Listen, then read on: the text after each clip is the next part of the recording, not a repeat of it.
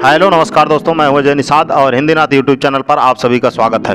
यदि आप TGT, PGT, net, JRF इत्यादि भर्तियों की तैयारी कर रहे हैं तो यह वीडियो आपके लिए बहुत फ़ायदेमंद होने वाला है, क्योंकि यह वीडियो हिंदी साहित्य का इतिहास शुरू से लेकर अंतिम तक हम कवर कर रहे हैं।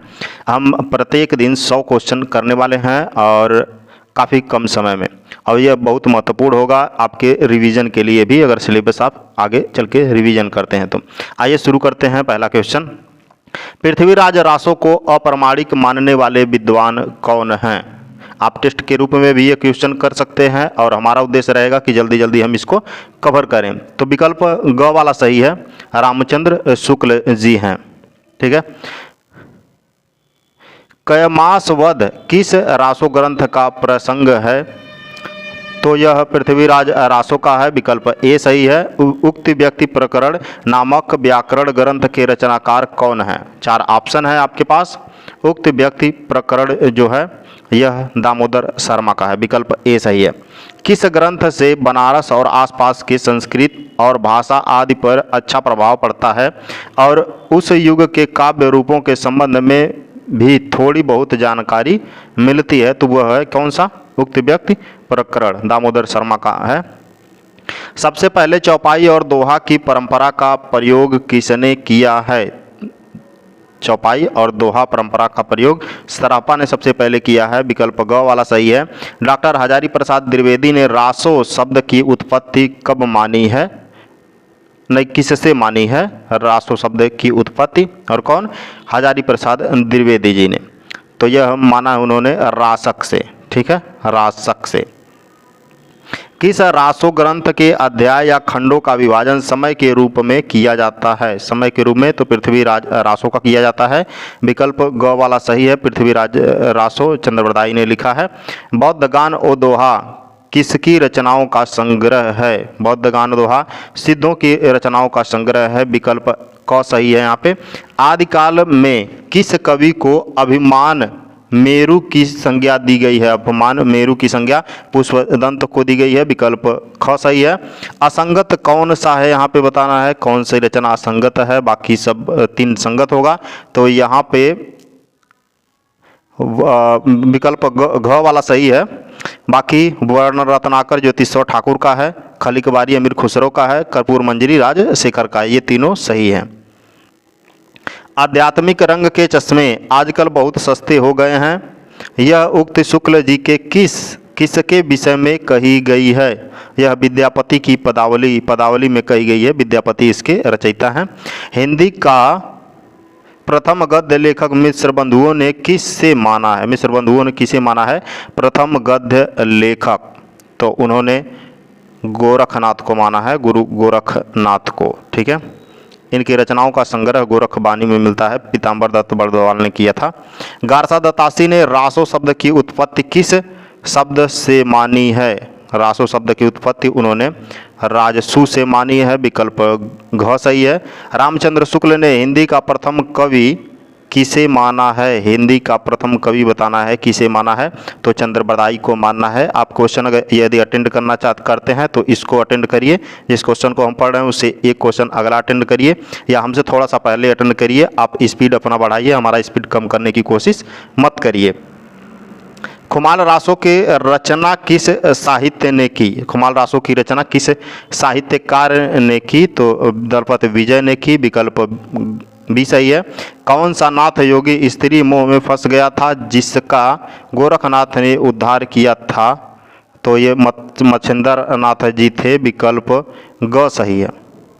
ठीक है, मच्छिंद्र नाथ उनके गुरु। नाथों की ऐसा लिखा गया है, लेकिन हमको प्रतीत नहीं होता कि ऐसा होगा। नाथों की सबसे बड़ी कमजोरी उनका रूखापन तथा गृहस्थ के प्रति अनादर भाव है। यह कथन किस आलोचक का है? नाथों की सबसे बड़ी कमजोरी उनका रूखापन तथा गृहस्थ के प्रति अनादर भाव। यह कथन किस आलोचक का? गृहस्थ मतलब परिवार के साथ। तो यह आलोचना, यह कथन जो है हजारी प्रसाद द्विवेदी का है। विकल्प भी सही है। जयचंद प्रकाश ग्रंथ के रचनाकार कौन है? जयचंद प्रकाश बता दें, भट्ट भट्टकेदार के द्वारा रचित है, विकल्प बी सही है। जय मयंक जस चंद्रिका के रचनाकार कौन है? जय मयंक जस चंद्रिका काफ़ी बार आ चुका है, कवि मधुकर जी हैं। और खालिक बारी नुहे सी पर दो सुखने पहेलियों के रचनाकार कौन है? कल भी आया था, कई बार आ चुका है, अमीर खुसरो जी हैं। ठीक है, अमीर खुसरो, इनका देखिए पूरा नाम लिखा है अबुल हसन खुसरो, अमीर खुसरो। रणमल छंद के रचनाकार कौन हैं? रणमल छंद के रचनाकार श्रीधर जी हैं, विकल्प ए सही है। करकंड चरियु नामक जैन कृति के लेखक का नाम बताना है, तो मुनि कनकामर जी हैं, विकल्प बी सही है। संस्कृत प्रकृत काव्य कुमारपाल प्रतिबोध के रचनाकार कौन है? कुमारपाल प्रतिबोध के रचनाकार सोम प्रभु सूरी हैं, विकल्प सी सही है। देखिए ये नेट में पूछा है 2013 में, अभी बहुत ज़्यादा दिन नहीं हुआ, 9-10 साल हुए सिर्फ। आदि पुराण, महापुराण तथा जसहर चरियु के रचनाकार कौन है? तो ये पुष्पदंत जी हैं, विकल्प बी सही है। नगरी प्रचारणी सभा द्वारा प्रकाशित पृथ्वीराज रासो के बृहद संस्करण में कितने समय या खंडों का विभाजन हुआ है? तो बता दें 69 समय का विभाजन है, 69। और हिंदी का प्रथम महाकाव्य चंदवरदाई किस राजा के आश्रित थे? चंदवरदाई पृथ्वीराज रासो के आश्रित थे, विकल्प बी सही है। यहाँ पे देखिए पृथ्वीराज रासो के बारे में कितना क्वेश्चन बना है, यहाँ पे काफ़ी ज़्यादा है। मेघदूत और संदेश रासक की संदेश परंपरा किस ग्रंथ में मिलती है? तो बता दें कि विशालदेव रासो में मिलती है, और ग वाला सही है यहाँ पे। विद्यापति ने कीर्तिलता की रचना किस संवाद के रूप में की है? विद्यापति ने कीर्तिलता की रचना किस संवाद के रूप में की है? तो भृंग श्रृंग संवाद, विकल्प ए सही है।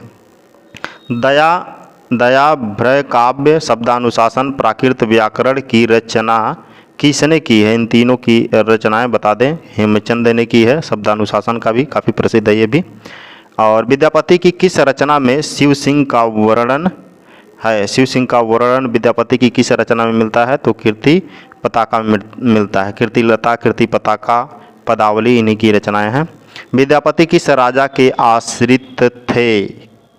आश्रित कवि थे किस राजा के? तो एक कीर्ति सिंह के आश्रित कवि थे, विकल्प ए सही है। हिंदी में नखशिख वर्णन की श्रृंगारिक परंपरा किस ग्रंथ से आरंभ होती है? नखशिख वर्णन की श्रृंगारिक परंपरा जो है यह राउरवेल से प्रारंभ होती है, विकल्प घ सही है यहाँ पे। अभिनव जयदेव कविशेखर दशाभिधान और खेलन कवि आदि उपाधियाँ किस कवि को प्राप्त थीं? तो यह बता दें विद्यापति को प्राप्त थी, विकल्प बी सही है। असंगत जोड़ा पहचानिए आप, बाकी 3 तो संगत होगा। देखिए ये वाला असंगत है, बाकी दंगवय पुराण भीम कवि द्वारा है। बेली कृष्ण रुक्मिणी री पृथ्वीराज द्वारा रचित है। गाथा सप्तशती हाल द्वारा रचित है, कल भी आया था। तो विकल्प यहाँ पे कौन सा सही था? गलत होने का, असंगत होने के कारण घ वाला सही था, ठीक है ना। पद्मावती समय किस ग्रंथ का हिस्सा है? बता दें पद्मावती समय जो है पृथ्वीराज रासो का हिस्सा है। मैथिली की प्रथम गद्य कृति कौन सी है? मैथिली की प्रथम गद्य कृति वर्ण रत्नाकर है, विकल्प सी सही है। पृथ्वीराज रासो किस प्रकार का काव्य है? पृथ्वीराज रासो जो है राजनीतिक प्रकार का है, विकल्प ए सही है। पृथ्वीराज रासो का कौन सा पक्ष सर्वाधिक विवादित है? सर्वाधिक विवादित पक्ष कौन सा है? ऐतिहासिक है, विकल्प ग वाला सही है।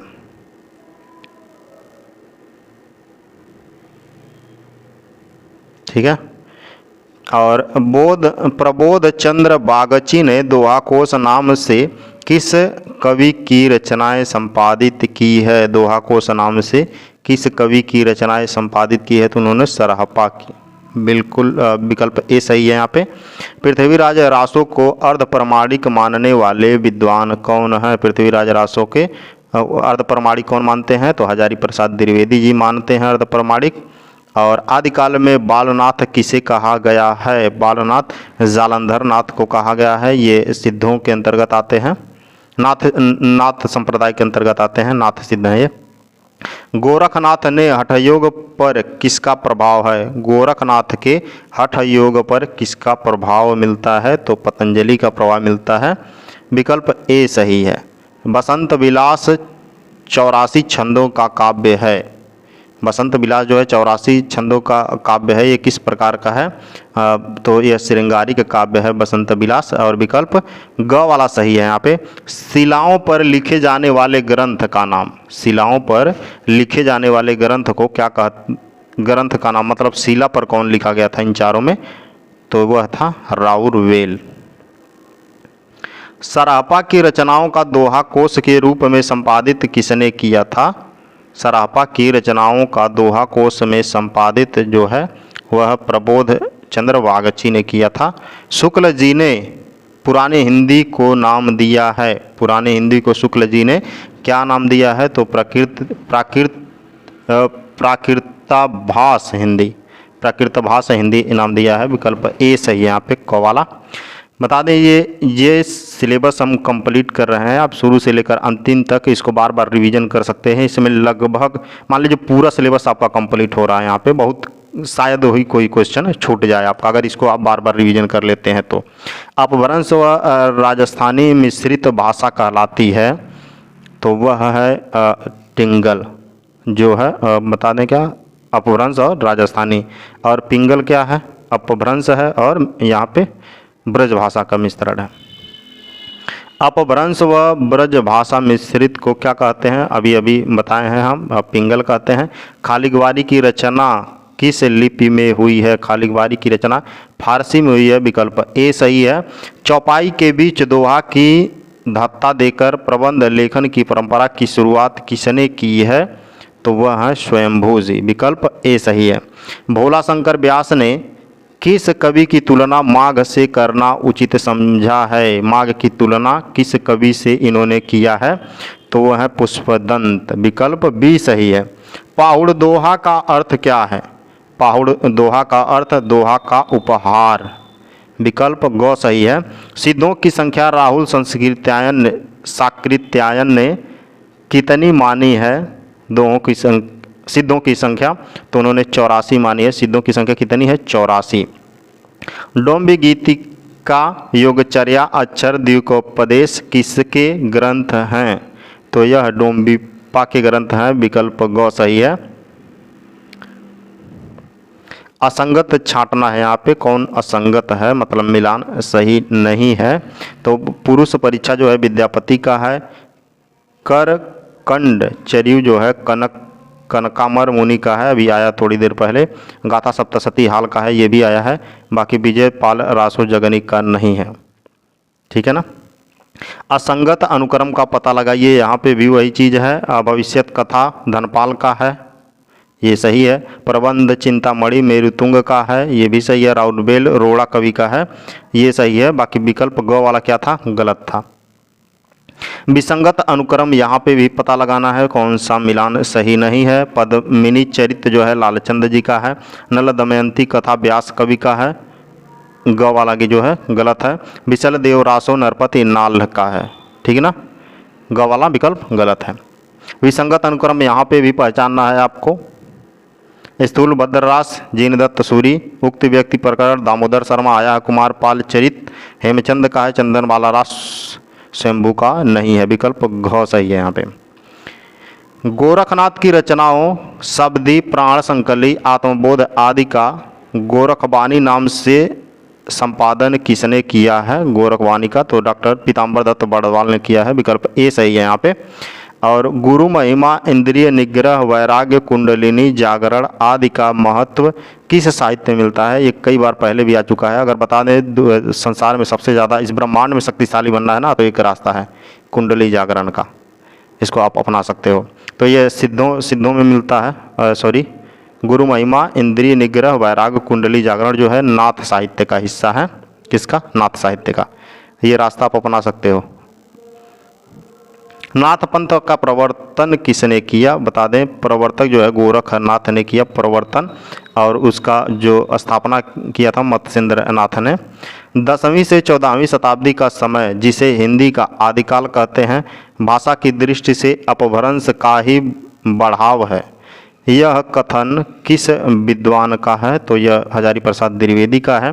एक बार और पढ़ते हैं। 10वीं से 14वीं शताब्दी का समय जिसे हिंदी का आदिकाल कहते हैं, इन्होंने ही उस आदिकाल नाम दिया था हजारी प्रसाद द्विवेदी ने। भाषा की दृष्टि से अपभ्रंश का ही बढ़ाव है, यह कथन हजारी प्रसाद द्विवेदी का है। किस विद्वान ने पुष्य को हिंदी का प्रथम कवि माना है? पुष्पदंत को हिंदी का प्रथम कवि किस विद्वान ने माना है? तो ग्रियर्सन और शिव सिंह सेंगर ने माना है। विकल्प ए सही है यहाँ पे। और डॉक्टर राम कुमार वर्मा के अनुसार आदिकाल में हिंदी का प्रथम कवि कौन है? तो स्वयंभू जी हैं। विकल्प बी सही है। कवि सरहप्पा का समय राहुल सांकृत्यायन ने क्या निश्चित किया है? सरहप्पा का समय बताना है, उन्होंने क्या माना है? तो 769 ईस्वी माना है। अपभ्रंश का वाल्मीकि किसे कहा जाता है? स्वयंभू को कहा जाता है अपभ्रंश का वाल्मीकि। सही कौन सा है? 4 पंक्ति कथन दिया गया है, इसमें से बताना है सही कौन सा है। तो विशल देवरासो श्रृंगारिक ग्रंथ है, कई बार आ चुका है। नरपति नाल विशल देवरासो श्रृंगारिक ग्रंथ है। सिद्धों का सही समय क्या है? सिद्धों का सही समय क्या है? तो 9वीं सदी है सिद्धों का सही समय। विद्यापति के पदावली की भाषा क्या है? विद्यापति के पदावली की भाषा मैथिली है।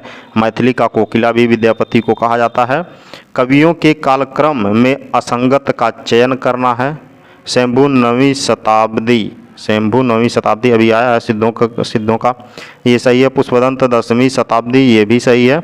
और अब्दुल रहमान जो 12वीं से 13वीं शताब्दी सही है। जिंद तुसूरी का 14वीं शताब्दी नहीं है, विकल्प गलत है यहाँ पे। अपभ्रंश नाम पहले सबसे कहाँ प्रयुक्त हुआ है? अपभ्रंश नाम सबसे पहले कहाँ प्रयुक्त हुआ है? यह भी कई बार क्वेश्चन आ चुका है। वल्लवी के राजा धारसेन के शिलालेख में। विकल्प ग सही है। देख लीजिए एक बार, वल्लवी के राजा धारसेन के शिलालेख में। कुवलय माला का था 9वीं शताब्दी के रचनाकार कौन हैं? और यह बताना है तो उद्योतन सूरी जी हैं। विकल्प ख वाला सही है। जीन कुशल सूरी पट्टाभिषेक रास के रचनाकार कौन है? तो धर्म कलश मुनि जी हैं। विकल्प घ सही है। ये हम यहाँ पे विश्लेषण नहीं कर रहे हैं, ये चीज़ ध्यान रहे आपको क्या करना है, शुरू से अंत तक सिलेबस कवर करना है। रिवीजन करने के लिए ये वीडियो है, बार बार इसका रिवीजन करिए और पढ़िए, कहीं से भी किसी नोट से भी पढ़िए। हमारा उद्देश्य वीडियो बनाने का यही है। जम्बू स्वामी रास के रचनाकार कौन है? जम्बू स्वामी रास जो है धर्मसूरी का है। विकल्प ए सही है।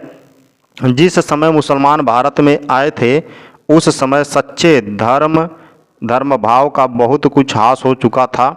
परिवर्तन के लिए बहुत बड़े धक्कों की आवश्यकता थी। उक्त कथन किस इतिहासकार का है? तो यह रामचंद्र शुक्ल का है। विकल्प ग वाला सही है। एक बार पढ़ लीजिए आप। हिंदू समाज में नीचे से नीची समझी जाने वाली जाति भी अपने से नीची एक और जाति ढूंढ लेती है। उपर्युक्त कथन किसका है? यह हजारी प्रसाद द्विवेदी का है। मतलब हर किसी से नीचे एक जाति है इनके अकॉर्डिंग। तो किसी हिंदी काव्य में सर्वप्रथम 12 मासा का वर्णन किया गया है? किस हिंदी काव्य में 12 मासा का सबसे पहले वर्णन किया गया है? तो विशल देव रासो जो एक श्रृंगारिक रचना है, अभी पहले आया है।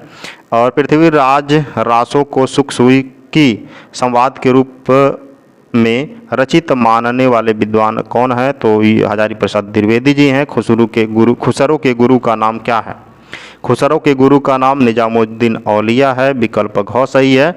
विद्यापति के अतिरिक्त मैथिली का एक अन्य प्रसिद्ध कवि कौन है? विद्यापति के अतिरिक्त मैथिली का एक अन्य प्रसिद्ध कवि कौन है? तो वह उमापति जी हैं। विकल्प ख सही है यहाँ पे, ठीक ना। और उसके बाद निम्न में से व्याकरण ग्रंथ है, व्याकरण ग्रंथ कौन सा है? 4 विकल्प आपके सामने है। उक्त व्यक्ति प्रकरण जो है यह एक व्याकरण ग्रंथ है। विकल्प क वाला सही है। राउरवेल की नायिका कौन है? राउरवेल की नायिका राउल है। विकल्प ख सही है, राउल। विद्यापति को रहस्यवादी सर्वप्रथम किसने घोषित किया है? रहस्यवादी तो ग्रियर्सन ने माना है विद्यापति को रहस्यवादी कवि। विद्यापति की कौन सी कृति अभी तक अप्रकाशित है, मतलब अभी तक प्रकाशित नहीं हुई है? तो कीर्तिपता है। कीर्तिपता का है, कई बार आ चुका है हमारे 125 वाले क्वेश्चन में।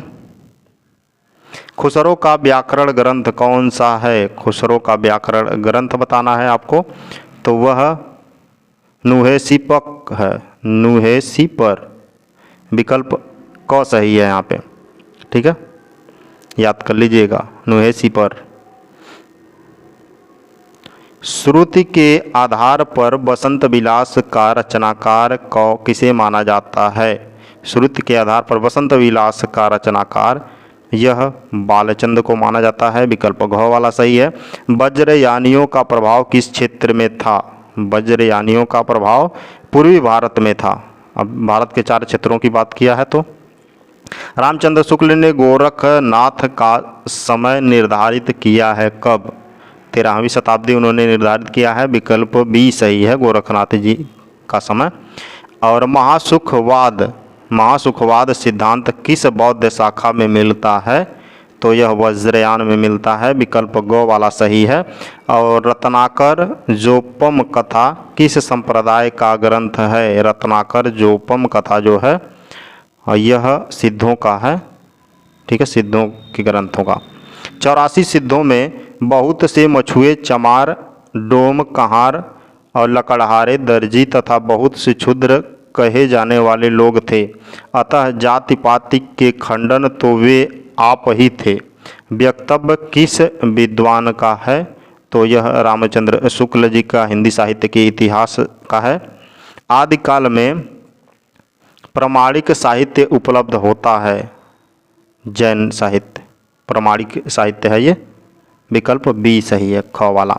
पृथ्वीराज विजय नामक ऐतिहासिक संस्कृत भाषा काव्य के रचयिता कौन है? जयानक कवि हैं। विकल्प ग वाला सही है। कलिकाल सर्वज्ञ किस आचार्य को कहा गया है? कलिकाल सर्वज्ञ हेमचंद को कहा जाता है। समदानुशासन इनकी रचना है। प्रबंध चिंतामणि के रचनाकार कौन है? प्रबंध चिंतामणि जो है यह जैनाचार्य मेरुतुंग का है। विकल्प ग वाला सही है। परमात्मा प्रकाश रचना किसकी है? परमात्मा प्रकाश जो है यह येउंद की रचना है, जिनको जोइंदु भी कहा जाता है। जोइंदु या योइंदु ये दोनों मिल सकता है, आपको कन्फ्यूज मत होइएगा। विद्यापति की कौन सी रचना भृंग भृंगी संवाद के रूप में हुई है? यह अभी थोड़ी देर पहले आया है, तो कीर्तिलता है। हिंदुस्तान का तूतीय किसे कहा गया है? हिंदुस्तान का तूतीय यह अमीर खुसरो को कहा गया है, हिंदुस्तान का तूतीय। विकल्प बी सही है। पृथ्वीराज रासो की प्रामाणिकता को संदेह से कटघरे में खड़ा करने वाले विद्वान कौन है? पृथ्वीराज रासो की प्रामाणिकता को संदेह के कटघरे में खड़ा करने वाले विद्वान का नाम बताना है, तो डॉक्टर वूलर जी हैं। विकल्प ग वाला सही है।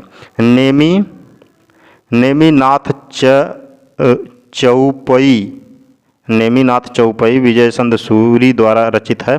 इसकी नायिका आपको बताना है, तो इसकी नायिका राजूल जी हैं।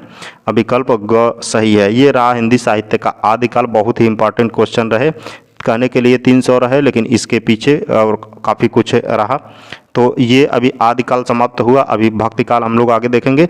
ये रहे आज के हमारे 100 क्वेश्चन। अगर आपको पसंद आया है तो वीडियो को लाइक करिए, शेयर करिए, सब्सक्राइब करिए, और कोई सुझाव देना है तो कमेंट सेक्शन में आपका स्वागत है, सुझाव जरूर दीजिए।